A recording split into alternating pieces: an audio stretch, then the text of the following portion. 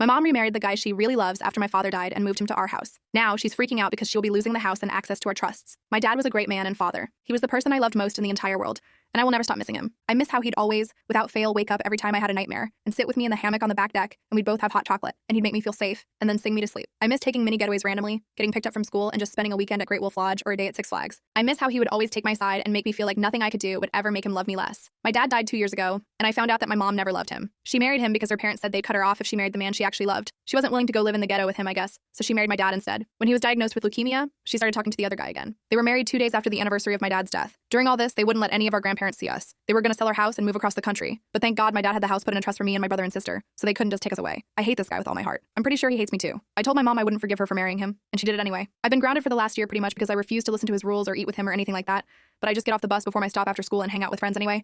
Apparently my grandparents have been fighting for custody ever since my dad died, and my mom just didn't tell us until we had to go into court. She basically said she'd never ground me again if I just said nice things about her and the guy, but I didn't, and I told my siblings I'd never forgive them if they did, so it didn't go well for her. Now it looks like she's gonna lose custody, and if that happens, she loses the house and access to our trusts. So she's freaking out. It's not like she'd lose everything, but she probably would have to move somewhere less nice and raise her new baby without the stuff she wanted. She keeps saying that she deserves to be happy and that everyone's racist and we're ruining her happy ending with the man she loves. I think she can love him just as easily in a bad neighborhood shopping at Walmart. Love conquers all, right? Update, 4 months later. My grandparents managed to get custody of us a few days ago, right before Christmas. What I said and what I had my siblings say really helped their case. And apparently new guy was doing something with the trusts that wasn't super legal, but I don't know all the details. He's not going to jail like I hoped when I found out, but he is in some trouble. I mean, I thought after he took everything from me and tried to lock me up in a room, he going to jail would be like karma doing its thing, but I'm just so happy he's gone that I don't even care. Mom still has visitation, and we see her every weekend, but new guy is not allowed to come. She called me a lot of names when she found out everything my siblings and I said, but honestly, I don't care. I do care a little that new guy broke some of the things my dad gave me, but I don't think I'd ever have gotten those back. And I got him out of my dad's house, which is the most important thing. If my mom wants to swim in the mud, she can do it somewhere else. Maybe someday we'll be okay again, but for now, she blew it. Our grandparents moved in over Christmas break,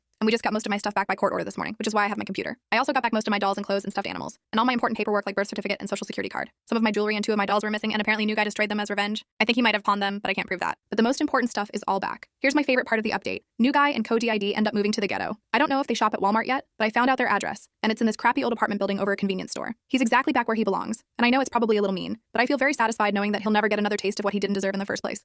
I never have to see him again, and I might have to see the baby eventually, but it sure won't be stealing from us anymore either. Update number 2. Visits with my mom have been weird, to say the least. She doesn't really look like how she used to, and she always smells weird. She cut off her hair and dyed it half green. She never really wants to talk to me, just to my younger brother and sister.